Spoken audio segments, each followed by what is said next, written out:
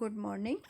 तर्क संग्रह में अब हम शब्द, बुद्धि, स्मृति, अनुभव, इनके लक्षण पढ़ेंगे कि किसको हम शब्द कहते हैं, क्या उसका हम पहचान है, लक्षण यानी पहचान। तो अब इस क्रम में हम सबसे पहले शब्द को देखते हैं। यहाँ कहते हैं श्रोत्रग्राह्यो गुणो शब्द। श्रोत्र द्वारा ग्रहण किया जाने वाला, श्रोत्र यानी श्रोत्रेंद्रिय हमारे कान, तो श्रोत्रेंद्रिय द्वारा ग्रहण किया जाने वाले गुण को शब्द कहते हैं। इसी को हम कहते हैं शब्द गुणकम आकाशम। ये भी इसका लक्षण क्या रहता है, शब्द गुण। आकाश को हमने पढ़ा वहाँ पे शब्द गुणकम आकाशम, कि शब्द गुण वाला आकाश होता है तो वहाँ पे गुण उसका जो है लक्षण बनता है। तत्र गंधवती पृथ्वी, यहाँ कह रहे हैं श्रोत्रग्राह्यो, तो इस शब्द का ग्रहण किससे होता है, श्रोत्रेंद्रिय द्वारा होता है। आकाश मात्र वृत्ति, आकाश में ही केवल रहता है। सद विबोध द्विविधो ध्वन्यात्मको वर्णनात्मकश्च, ये दो प्रकार का होता है, ध्वन्यात्मक और वर्णात्मक। तत्र ध्वन्यात्मको भेर्यादो, जो भेरी आदि का जो शब्द होता है वो ध्वन्यात्मक होता है, और भाषा रूप जो हम वर्णमाला, जिस भाषा का हम व्यवहार कर रहे हैं, उच्चारण कर रहे हैं, चाहे वो हिंदी हो, संस्कृत हो, अंग्रेजी हो, कोई भी हो, तो उसको हम वर्णात्मक कहेंगे, जहाँ पे वर्ण के द्वारा हम अपने विचारों की अभिव्यक्ति कर रहे हैं। तो यहाँ पर भी हम कहते हैं कि यहाँ पर जब कहते हैं श्रोत्रग्राह्यो गुणो शब्दा, तो श्रोत्र यानी श्रवणेंद्रिय के द्वारा ग्रहण किया जाने वाला जो गुण है वो शब्द है। तो यहाँ पर लक्षण में यदि हम गुण पद नहीं देंगे तो इस लक्षण की अतिव्याप्ति शब्दत्व जाति में भी होने लगेगी। तो शब्दत्व जाति का ग्रहण नहीं करना है, केवल शब्द गुण का करना है, इसलिए यहाँ पर लक्षण में गुण पद दिया गया है। अब ये कहते हैं कि जो आपको पहले भी कहा गया है कि जब हम ये कहते हैं कि गुण पद देने का अर्थ होता है कि उसमें रहने वाली जाति का हमें ग्रहण नहीं होना, इसलिए हमको पहले भी बताया है, येन इंद्रियेण यो गुणो गृह्यते तेन इंद्रियेण जातिरपि, कि जिस इंद्रिय के द्वारा जिस गुण का ग्रहण किया जाता है उसी के द्वारा उसमें रहने वाली जाति का भी क्या रहता है। इसको पहले भी आपको स्पष्ट कर दिया है, पुनः बता रहे हैं कि जैसे शब्द का ग्रहण श्रोत्रेंद्रिय के द्वारा होता है, कान के, तो शब्द में रहने वाली शब्दत्व जाति का भी ग्रहण श्रोत्र के द्वारा ही होगा, यानी कि कान के द्वारा ही होगा, कर्णेंद्रिय के द्वारा होगा। इसलिए यहाँ पे कहते हैं कि शब्दत्व जाति में, क्योंकि वो भी तो साथ में ग्रहण हो रही है, तो शब्दत्व जाति में इस लक्षण की अतिव्याप्ति नहीं हो, तो श्रोत्र ग्राह्यो, यहाँ पे श्रोत्र ग्राह्य जो है शब्द भी है, शब्दत्व जाति भी है, लेकिन हमें केवल गुण रूप शब्द का यहाँ पे ग्रहण करना है, या शब्द रूप गुण को हमें ग्रहण करना है, इसलिए यहाँ पे हम गुण पद देते हैं। अब कहते हैं यदि लक्षण में श्रोत्र ग्राह्य गुण शब्द नहीं दिया जाए तो अन्य जो गुण है, रूप, रस, गंध इत्यादि, तो उन गुणों में भी, क्योंकि गुण तो वो भी हैं, तो उन लक्षणों में अतिव्याप्ति होने लगेगी कि श्रोत्र के द्वारा केवल शब्द का ही ग्रहण किया जाता है, इसलिए यहाँ पे श्रोत्र ग्राह्य गुणों शब्द ये कहा गया है। अब जो कहा है कि श्रोत्र देश में उत्पन्न शब्द ही श्रवणेंद्रिय द्वारा ग्राह्य है, अर्थात उसके द्वारा ग्रहण किया जाने योग्य है, तो उस श्रोत्र देश में, यानी कि जो हमारा कर्ण प्रदेश है, उससे भिन्न देश में उत्पन्न हुए शब्द में श्रोत्रग्राह्य जो पद है उसकी अव्याप्ति हो जाती है। तो कहते हैं इस अव्याप्ति के बाद के लिए या उसके निवारण के लिए श्रोत्रग्राह्य जातिमत्वम शब्दत्वम, श्रोत्र द्वारा ग्रहण की जाने वाली जाति से युक्त जो शब्द है वो यहाँ पे श्रोत्रग्राह्य जाति जहाँ पर है वहीं पर शब्दत्व है, और ऐसे इस मूल लक्षण को इसमें स्वीकार कर लिया जाता है। जो हमने कहा शब्द श्रोत्रग्राह्यो गुणो शब्दा, तो यहाँ पे शब्द से तात्पर्य उस शब्दत्व जाति से युक्त शब्द है। तो शब्दत्व जाति तो वहाँ भी रह रही है ना जहाँ वो कर्ण प्रदेश में उत्पन्न नहीं हो रहा है, अन्यत्र उत्पन्न हो रहा है, तो शब्दत्व जाति से युक्त तो वो भी है। तो इस प्रकार से उसके अव्याप्ति का निरसन कर दिया जाता है। फिर जो इसको कहा है दो प्रकार का है, एक तो ध्वन्यात्मक, और जो ध्वन्यात्मक है वो भेरी आदि जो आघात से उत्पन्न हो रहा है, जिसे हम कहते हैं कि जिस सामान्यतः जो इसमें भी अब हम भेद कर देते हैं कि जैसे एक तो हुआ जो चमड़ा आदि मढ़ा हुआ वाद्य है, जैसे तबला है, ढोलक है, मृदंग है, तो उसके द्वारा जो शब्द उत्पन्न हो रहा है, एक जो तंत्रवाद्य कहलाते हैं उसमें जो शब्द उत्पन्न हो रहा है, तो यहाँ पर जो आघात से उत्पन्न हो रहे हैं, स्वर उत्पन्न हो रहे हैं या किसी प्रकार का नाद उत्पन्न हो रहा है, तो वहाँ पर हम उसको ध्वन्यात्मक कहेंगे, अर्थात हमें वहाँ पे केवल ध्वनि सुने। और उस ध्वनि में भी हमने वर्णों की कल्पना कर ली है, क्योंकि जो तंत्री वाद्य है उसमें भी हम जो है सरगम बजाते हैं, उससे जो तानों का विस्तार करते हैं। इसी प्रकार से तबले आदि में जो उत्पन्न होता है, तो वहाँ पे भी हम वर्णात्मक यानी कि उसके द्वारा जो उसके बोल हैं उसके हम थाप के द्वारा उत्पन्न करते हैं। या जो एक नाद उत्पन्न हो रहा है, तो जो शुद्ध नाद है, ध्वनि है, उसको यहाँ पे ग्रहण किया जाएगा। और जो भाषा के रूप में निश्रित है, जो हमारी बोलचाल की भाषा है, वो वर्णात्मक हो जाएगी। अब इसके बाद हम देखते हैं बुद्धि का लक्षण। अब यहाँ पर ये आपको इसके लक्षण बता भी दिया, और अब यहाँ से एक प्रकार से जो मीमांसा शुरू होती है, उस पर हमें बहुत अधिक ध्यान से पढ़ने की आवश्यकता है, क्योंकि क्वेश्चंस तो पहले भी बन रहे हैं, लेकिन यहाँ पर भी जो क्वेश्चंस बनेंगे वो डिटेल क्वेश्चंस भी आते हैं, विस्तृत जो विवरणात्मक होते हैं, वर्णनात्मक प्रश्न होते हैं, वो भी यहाँ से बनते हैं। और लघु उत्तरात्मक भी आते हैं, टिप्पणी में भी लिखने को आते हैं। और मीमांसा, क्योंकि वैसे तो सभी की जो है हमें लक्षण स्पष्ट हो चाहिए, लेकिन यहाँ पे जो प्रमाण मीमांसा जो शुरू होगी आपकी, तो उसके द्वारा आप हमें एक विजन मिलता है, एक दृष्टि मिलती है कि यदि हमारे सामने कोई भी जिसे हम कहते हैं वक्तव्य आता है, या कोई बात कही जाती है, या तो हम सिर्फ सुनी सुनाई बात पे, या उसने वो कह रहा है इसलिए हम इस बात पे विश्वास नहीं कर लें, अभी तो तर्क की कसौटी पर उसको परख करके देखें। और वो तर्क भी कैसे होने चाहिए, यहाँ ये जब हम प्रमाण मीमांसा पढ़ेंगे तो ये भी स्पष्ट हो जाएगा कि तर्क जो है सतर्क होने चाहिए। उसमें ये नहीं है कि हम बात काटने के लिए या प्रश्न करने के लिए ही प्रश्न कर दें, अभी तो उसके सारे पहलुओं पर, सारे पक्षों पर विचार करके ही हम कोई प्रश्न उपस्थित करें। तो जो हमारे एक कहना चाहिए कि ये जो पूरी प्रक्रिया है, ये हमारी बुद्धि को खोलने का कार्य करती है, हमें चिंतनशील बताती है, और सही दिशा में सोचने का, यानी कि यहाँ तो हम जब बात करते हैं तो उसमें एक दो हम वाक्य पढ़ेंगे या उससे जो उदाहरण पढ़ेंगे, लेकिन आवश्यकता किस बात की है कि जीवन में हमारे सामने जो कुछ भी आ रहा है उसका हम पूर्ण रूप से विश्लेषण करके ही, या घटनाओं का विश्लेषण करके ही हम किसी नतीजे पर पहुँचे।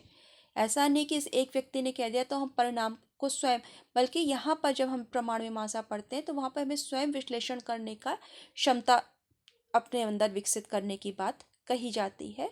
और इसीलिए इसका जो है जीवन में अत्यंत उपयोगिता है, महत्व है। तो यहाँ पर कहते हैं कि बुद्धि का लक्षण करते हैं कि सर्व व्यवहार हेतु गुणो बुद्धि ज्ञानम। सर्व व्यवहार हेतु, सभी प्रकार के व्यवहार का जो कारण है, उस गुण को बुद्धि कहते हैं। यानी कि यदि हमारे अंदर बुद्धि की कमी है तो हमारा व्यवहार भी अच्छा, उसकी वैसा नहीं होगा कि लोग हमसे प्रभावित हो सकें। तो सभी प्रकार के व्यवहार का जो गुण है, उसमें जो कारणभूत गुण है, हेतुर गुण, कारणभूत गुण है, उसको हम बुद्धि कहते हैं। इसी को ज्ञान भी कहते हैं। वो दो प्रकार के साधुविधा। अब इसको आप जब पढ़ते हैं तो इस बात को ध्यान रखिए, जब यहाँ पे बुद्धि की बात कर रहे हैं तो उसको स्त्रीलिंग में कहा गया है। साधुविधा वो दो प्रकार की होती है, स्मृति रूप और अनुभव रूप। यहाँ पे बुद्धि या ज्ञान हमारा दो प्रकार का क्या गया है। एक तो स्मृति रूप, स्मृति का अर्थ आपको पता है, जो हमारी याद में है। दूसरा अनुभव, जो हम साक्षात अनुभव कर रहे हैं। इसके परे कुछ और नहीं है, जो कुछ भी है इसमें ही एक प्रकार से समाया हुआ है कि एक तो हम जिससे मिल चुके या जिन चीज़ों का हमें परिचय हो चुका वो हमारी स्मृति में संचित हो जाती हैं। दूसरा, जो उसका हम पहली बार जिस चीज़ से हमारा सामना हो रहा है, अनुभव हो रहा है, साक्षात अनुभव हो रहा है, तो वो प्रथम बार का तो जो है अनुभव हो जाता है। और वही जब हम उसको ग्रहण कर लेते हैं, वो हमारे स्मृति पटल पे अंकित हो जाता है, तो वो स्मृति बन जाता है। इसको आप इस प्रकार से समझ सकते हैं। अब यहाँ पे कहते हैं सभी प्रकार के व्यवहार का जो कारणभूत गुण है उसे हम बुद्धि कहते हैं। लक्षण में यदि सर्व व्यवहार नहीं कहा जाए तो जो व्यवहार का कारण है, दंड इत्यादि, जिसको हम संकेत के रूप में दिखाते हैं, तो कहते हैं कि उसमें अतिव्याप्ति वारण के लिए यहाँ पे सर्व व्यवहार, क्योंकि वो सभी प्रकार के व्यवहार में कारण नहीं है, इसलिए यहाँ पर बुद्धि के लक्षण में सर्व व्यवहार पद देना आवश्यक है।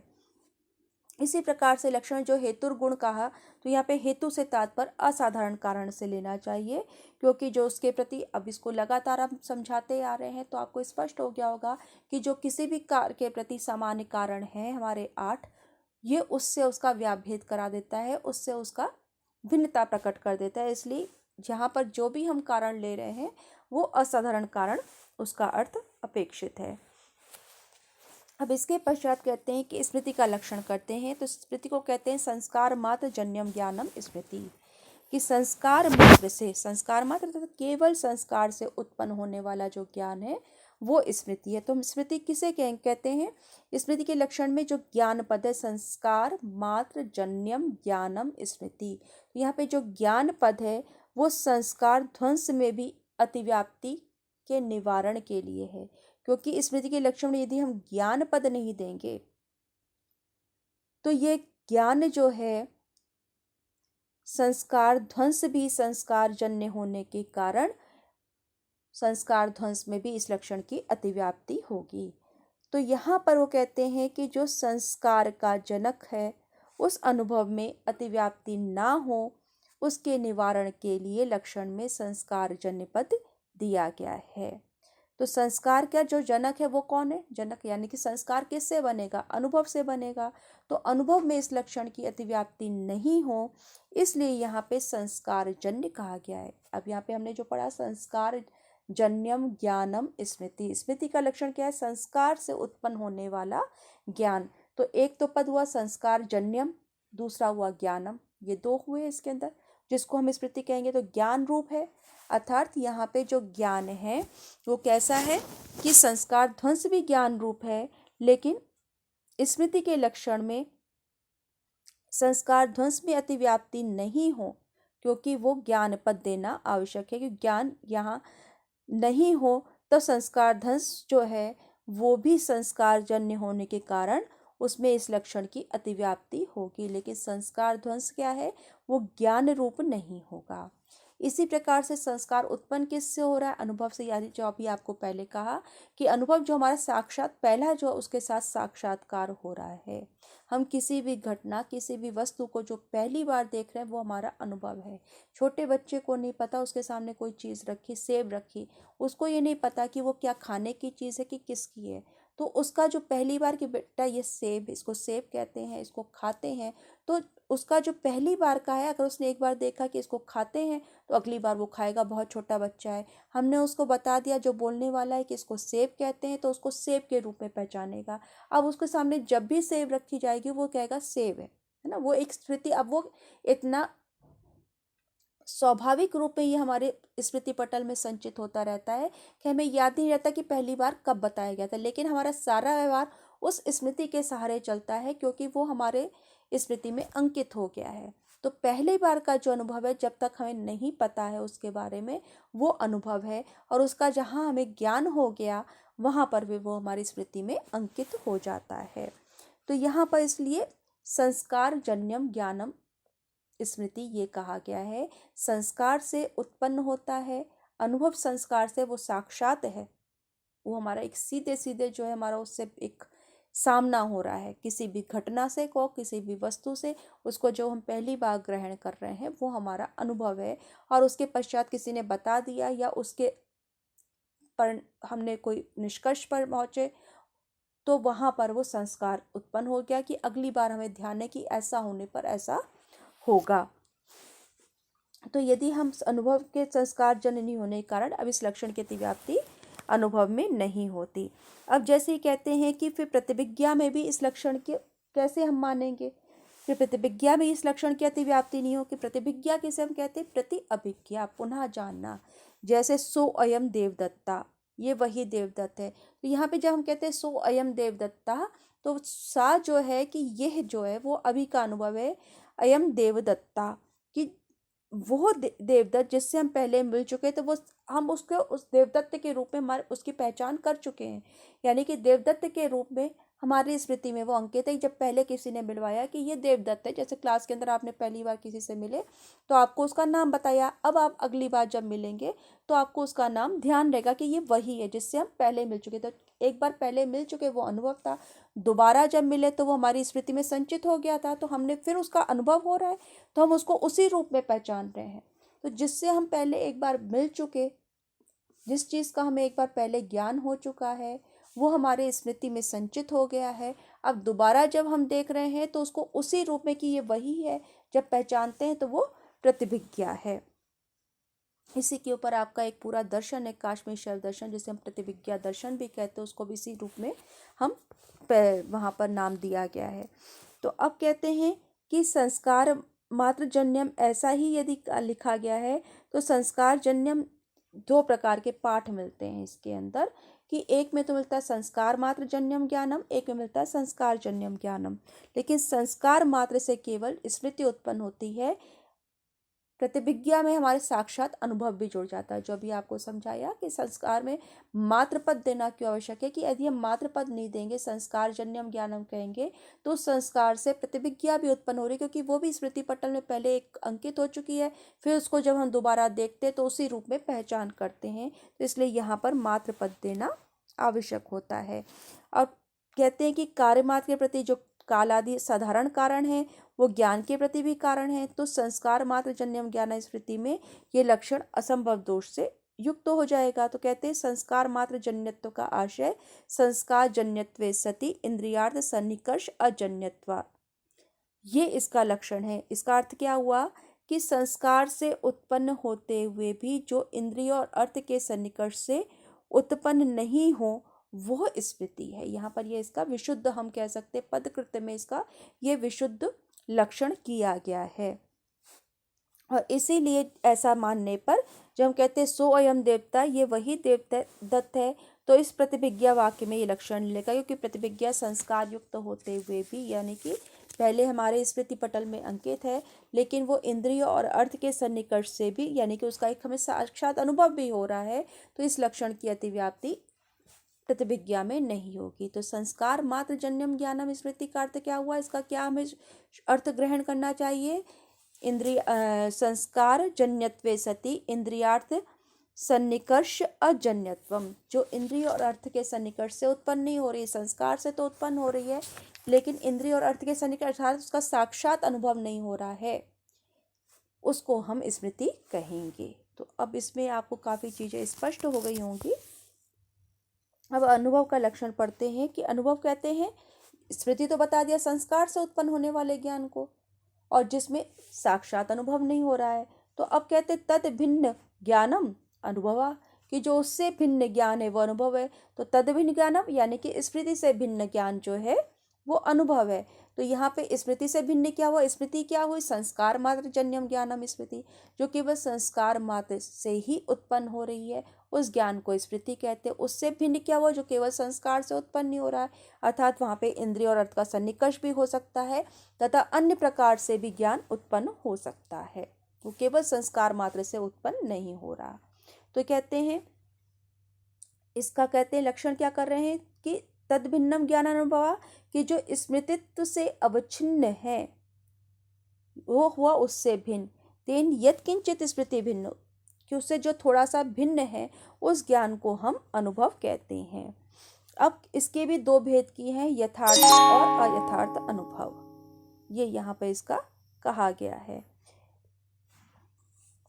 यथार्थ जैसा है उसी प्रकार का ज्ञान होना, जो जैसा है उसी प्रकार का ज्ञान होना यथार्थ अनुभव है, और जो जैसा है वैसा अनुभव ना होकर के अन्य प्रकार का अनुभव होना वो अयथार्थ अनुभव होगा, जिसका हम आगे भी फिर लक्षण पढ़ेंगे। अनुभव का अर्थ इतना क्या हुआ, जो स्मृति से भिन्न है उस ज्ञान को हम अनुभव कहेंगे। अब इसी के बाद यथार्थ अनुभव का भी लक्षण कहते हैं कि तद्वती तत्प्रकार को अनुभवो यथार्था, कि जो जैसा है उसमें उसी प्रकार का अनुभव होना यथार्थ अनुभव है। जैसे रजते इदम रजतम, चांदी है तो चांदी को चांदी के रूप में पहचानना, सोने को सोने के रूप में पहचानना, जो भी है, जो चीज़ है उसको उस रूप में पहचानना जिसके रूप में उसको मान्यता मिली हुई है या जो संज्ञा मिली हुई है, ये यथार्थ अनुभव हुआ। सैव प्रमा इति उच्यते, और इसी को प्रमा भी या ज्ञान भी कहा जाता है। तो यहाँ पर हमने यथार्थ अनुभव का लक्षण पढ़ लिया। तद्वती तत्प्रकार को अनुभव, कि तद्वती अर्थात जो जैसा है उसमें उसी प्रकार का अनुभव होना, उसी रूप में पहचानना, ये हुआ हमारा यथार्थ अनुभव। इतना आपको ध्यान रहेगा तो आप इसके अंदर कंफ्यूजन कोई नहीं होगा। इसको हम जब और व्याख्या करते तो वहाँ क्या कहते हैं, रज तत्व से युक्त। रज तत्व क्या हुई, जाति हुई। तो रज तत्व से युक्त, धर्म से युक्त जो है वो रजत है। तो रजत का रजत के रूप में ज्ञान होना, तो इसको इस प्रकार से व्याख्या में आगे मिलती है। लेकिन आपके लिए इतना पर्याप्त है कि आप ये जान लो कि जो जैसा है या जो है उसको उसी रूप में जानना, ये यथार्थ अनुभव है।